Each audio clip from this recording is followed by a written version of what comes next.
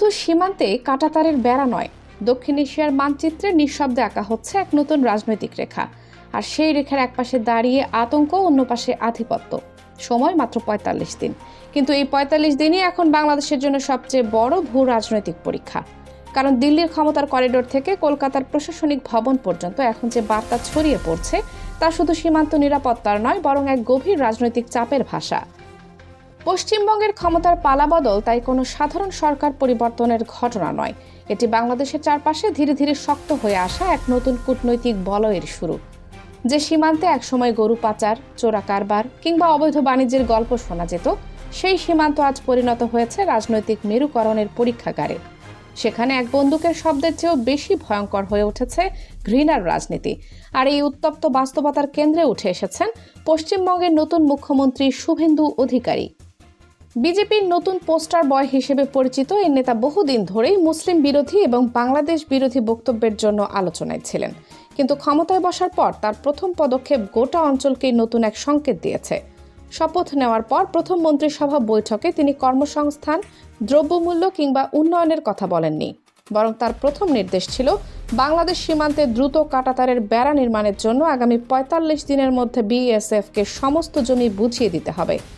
রাজনৈতিক বিশ্লেষকদের ভাষায় এটি কোনো সাধারণ প্রশাসনিক সিদ্ধান্ত নয়, এটি মূলত আরএসএস এবং বিজেপির বহুদিনের হিন্দুত্ববাদী রাজনৈতিক নীল নকশার প্রকাশস্বরূপ। পুরো পশ্চিমবঙ্গ নির্বাচনে একটি শব্দ সবচেয়ে বেশি ব্যবহার করা হয়েছে, অনুপ্রবেশকারী। আর সেই শব্দের আড়ালে সরাসরি টার্গেট করা হয়েছে বাংলাদেশের মুসলিম জনগোষ্ঠীকে। বিজেপির প্রচারণায় বারবার দাবি করা হয়েছে পশ্চিমবঙ্গ নাকি ধীরে ধীরে মিনি বাংলাদেশে পরিণত হচ্ছে। এই বক্তব্য শুধু ভোটের রাজনীতি নয়, এটি মানুষের মনের ভেতরে ভয় এবং ঘৃণার বীজ বপনের এক সুপরিকল্পিত কৌশল। শুভেন্দু অধিকারীর ৪৫ দিনের আলটিমেটাম তাই সীমান্ত সুরক্ষার চেয়ে বেশি কিছু। এটি তার উগ্র সমর্থকদের কাছে দেওয়া রাজনৈতিক প্রতিশ্রুতির বাস্তবায়ন।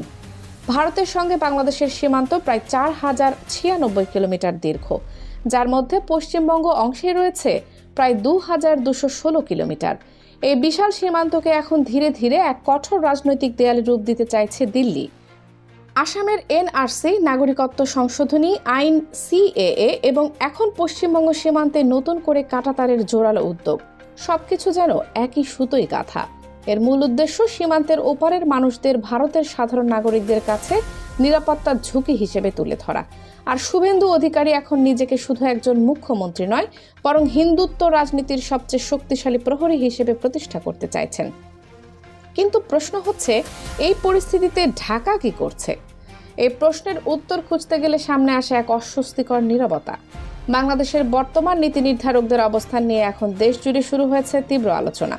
কূটনৈতিক বিশ্লেষকদের অনেকেই বলছেন, ভারত যখন প্রকাশ্যে বাংলাদেশের নাম ব্যবহার করে নিজেদের অভ্যন্তরীণ রাজনীতিতে উত্তেজনা তৈরি করছে, তখন ঢাকার পক্ষ থেকে সেই অর্থে শক্ত প্রতিবাদ দেখা যাচ্ছে না।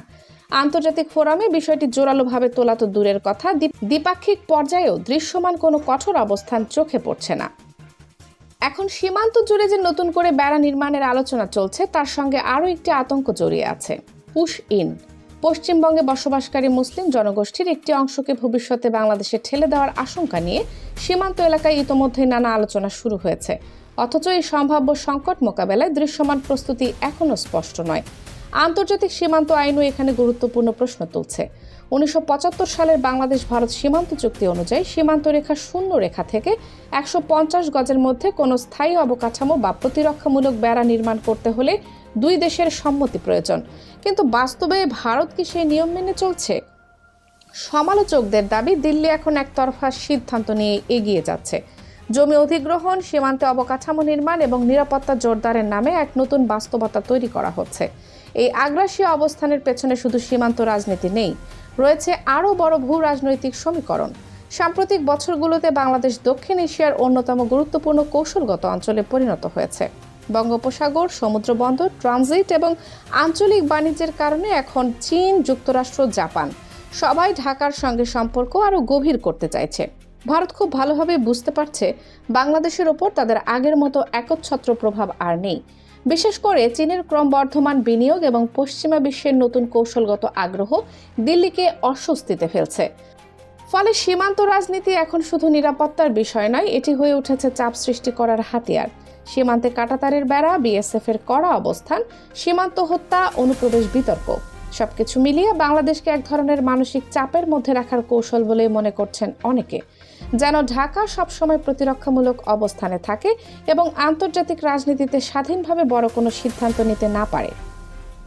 তবে পরিস্থিতির আরেকটি গুরুত্বপূর্ণ দিকও রয়েছে। শোনা যাচ্ছে তিস্তা মহাপরিকল্পনার মতো বড় ইস্যুতে বাংলাদেশ এখন চীনের প্রতি ঝুঁকছে।